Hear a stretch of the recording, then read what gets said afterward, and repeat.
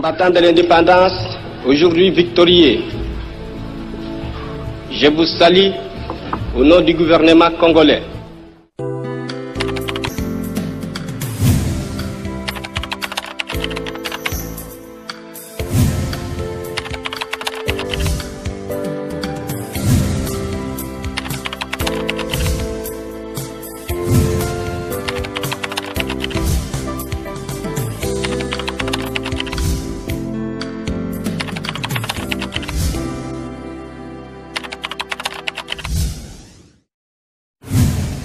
C'était vraiment magnifique. C'est le plus grand événement que CG a pu organiser pour la ville-province de Kinshasa et l'UDPS en général. Il nous a relaté des choses terribles, c'est-à-dire des engagements politiques incommensurables. Effectivement, c'est le recours à l'égalité. Donc, si nous lisons nos statuts, notamment les articles 46 et 47, c'est l'effectivité du pouvoir qui est au cellulaire. Donc, toute personne qui veut être identifiée, qui se réclame de l'UDPS, doit notamment recourir à sa cellule de base. Et cette cellule qui est censée recenser tous les membres de l'UDPS ou du parti. Si vous n'avez pas votre cellule de base, comment est-ce que vous serez identifié? Qui prouve réellement que vous êtes membre de l'UDPS? C'est pour cela que nous avons des problèmes pour ces gens-là qui se disent qu'ils ont démissionné de l'UDPS. La plupart, ils étaient engagés dans les réseaux sociaux. Alors, comme ils avaient été recensés dans les réseaux sociaux, adhérés dans les réseaux sociaux, c'est pour cela qu'ils démissionnent dans les réseaux sociaux qui était leur source de pouvoir. Alors maintenant, ceux qui sont de l'UDPS ceux qui veulent quitter l'UDPS doivent aller à la base et démissionner là où ils avaient posé leur adhésion. Au sujet des cartes, on a le temps de créer qu'il y a parti de ma carte. Aujourd'hui, CG a une machine pour impression de carte. Impressionnez-nous par rapport à ça. Na lobinde eloko ya malamu oyo batu nyonso babanda kozela. Soki mafinga ezalaki pona UDPS ezalaki kaka ke parti mobimba ezali na ba carte te. CG n'a pas du temps oyo azui dans 3 mois à se réaliser ba biloko oyo esengeli, notamment carte pona ko identifier qui est de l'UDPS et qui ne l'est pas. Donc ezali vraiment très nécessaire. Ezala mariage, il faut ezala na boucle, il faut mutu akende na service ya l'État pour identifier à se faire recenser à Bali. Ezala mutuka, esengeli ezana mikanda. Ezala mutu azana membre ya parti quelconque, esengeli azala na elembo o ya adhésion na parti wana. Carte ezali eloko moko malam pour être parti ezala vraiment organisé. C'est-à-dire pas identifier mutu na mutu. Ceux qui asali mbeba bako koyeba ke yidani asali nini. Ezali malamu penta. Impression ngai ezali ko adhérer na batu nyonso. Tous les membres de ma cellule nganda Jamaïque babanda kozela kaka moment oyo ko ete basali ba cotisation ba contribution pour la recevoir ba carte basa bazua ki angote. Cette fois-ci mon abouté à réaliser ba vœu na bango. Combat est combat mené par la président cellulaire, entre autres dans le collectif cellulaire, pour faire partie. Moi, impressionné par rapport à la victoire, on est déjà à la victoire, parce que le combat est cellulaire, il a reconnu la partie, le bing n'a pas dit que CG a reconnu la bino. Moi, le bon par rapport à moi. Oui, le président cellulaire est la colonne vertébrale, il y a parti Nabiso. Le combat contre va et marée. La qualité de la pression de gauche à droite.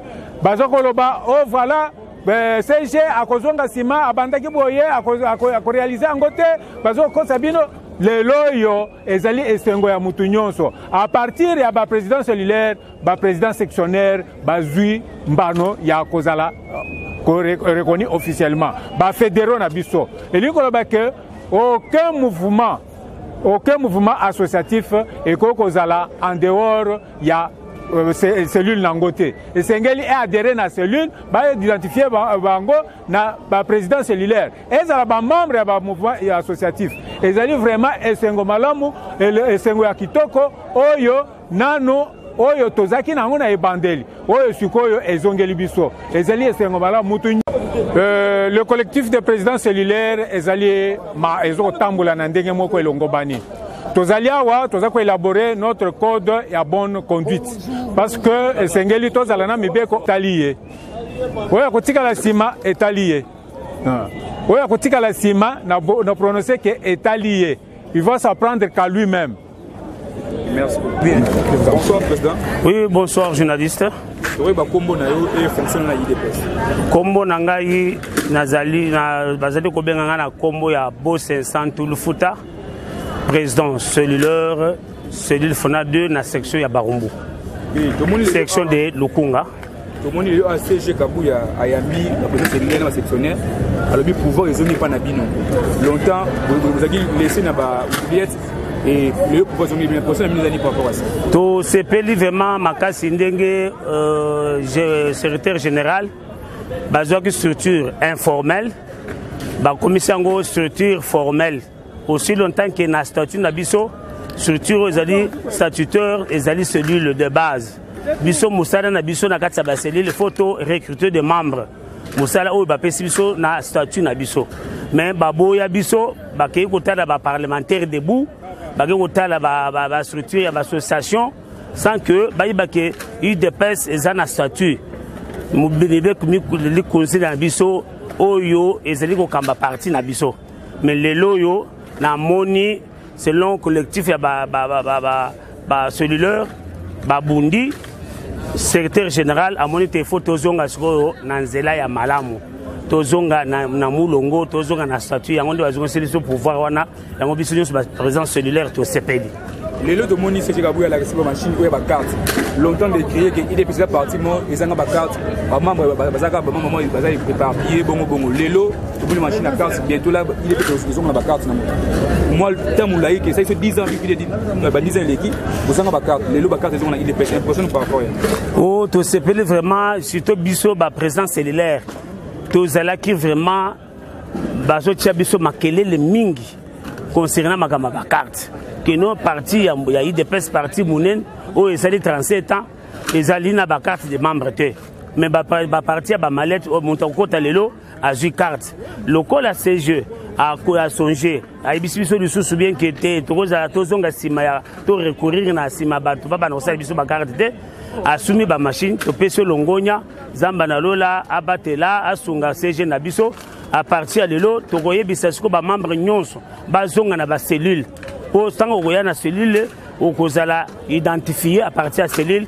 après identification aux carte de membres et kozala ko place nyonso bando kende ba bando yamba ko za membre ya IDPS lelo ba suka o to za nango to yebisi bande ko na biso nyonso ba longwe na IDPS o moni ke yo longwe na IDPS yaka kozala démission na yo na cellule na yo place yo o sala ki adhésion na yo ezate ke o na longwe na IDPS na réseaux sociaux ba oyo nyonso bazaki pour kende na ba association ko sala ba désordre bazonga na base mutu nyonso azala identifié yango nde mbela tozobeta pona batu ya IDPS. Merci. Bonsoir président. Bonsoir. Oui, bah combo na peut fonctionner na IDPS. Oui, na IDPS ngana za président cellulaire ya cellule Kingasani section Kingasani fédération de la Tchang. Oui, to moni CG Kabuya awa lui que pouvoir ils ont pas na bino munoso o alingi azala reconnu comme membre IDPS. Faut azonga na cellule na ye. En tant que pouvoir ils ont bon na bino impossible on peut ça par rapport ya CG Kabuya.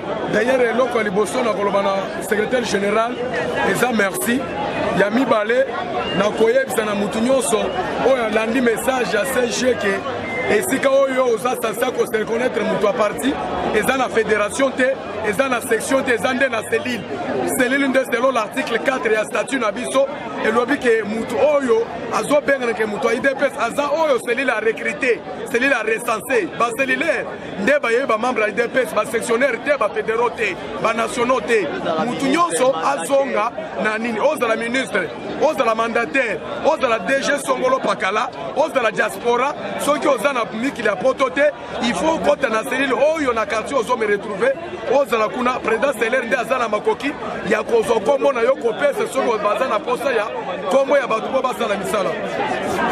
C'est juste ça. C'est ce que moi je peux vous dire en termes de compréhension.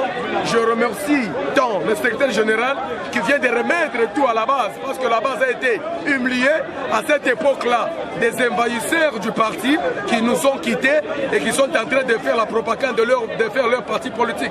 D'ailleurs, une chose que je vais soulever ici, mon très cher journaliste, est qu'on nous a dit qu'il y a le poste occupé par les inconscients, le cellulaire, ne reconnaissent pas. Les infiltrés, oui. Les infiltrés du parti. Donc, tous ces gens qui sont dans le lobby, à copier ça, ordre, tout terme dans le cabinet, dans le ministre, pour dire qu'en face de nous, nous avons un secrétaire général qui sait comment gérer, qui sait comment donner son apport par rapport à un parti politique. D'ailleurs, ce que moi je peux dire, je dois dire aux ministres, aux députés, de suivre le pas, de suivre la ligne de conduite de notre CG.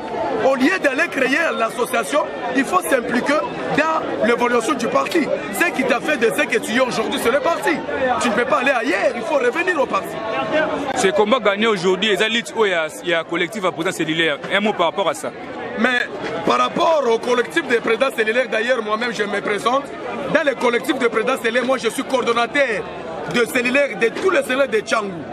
D'ailleurs, en tant que cordon à Tchangou, en tant que dans le collectif, nous avons un bilan positif. Parce que les cellulaires ne savaient pas leur mission. D'ailleurs, tout le monde est d'accord avec ça. Un des deux, nous avons essayé, nous avons quand même fait l'effort de faire revenir aux mémoires des présidents cellulaires que nous, les cellulaires, nous sommes la base du parti. Comme les CG aiment toujours le souligner que la colonne vertébrale du parti. En tant que colonne vertébrale du parti, nous avons la mission que les statuts nous a donnée par rapport au article 47, recenser, recruter, former. Voyez-vous, c'est ce que moi je peux vous dire. Nous avons gagné la confiance des gens. Les gens qui étaient marginalisés, on a gagné la confiance. Les gens qui disaient que l'UDPS n'est pas implanté. Ils ont vu d'ailleurs ensemble avec vous, journalistes. Vous avez vu comment les gens sont venus répondre à l'appel. Beaucoup de cellulaires. C'est grâce au collectif de présidents cellulaires. C'est pour cela je lance l'appel, un communiqué solennel. Nous avons l'habitude de se rencontrer sur le croisement Force Gambela, avenue Ngomena numéro 40. D'ailleurs, j'invite tous les présidents cellulaires qu'il faut nous rejoindre le collectif pour que nos voix soient entendues à la hiérarchie. Mais il y a une chose, le CG l'a souligné, il faut marcher avec la droiture selon la hiérarchie. Nous ne sommes pas les électrons libres comme le CG l'a dit. Il faut suivre la ligne du parti. Nous ne pouvons pas accepter un président cellulaire qui est en conflit avec son sectionnaire. Nous ne pouvons pas accepter un président cellulaire qui est en conflit avec sa fédération non plus. Parce que nous sommes gérés par les sectionnaires. Comment est-ce que nous pouvons reconnaître que Moutouaza cellulaire? C'est pour cela que nous sommes demandés à travailler en étroite collaboration avec les sectionnaires.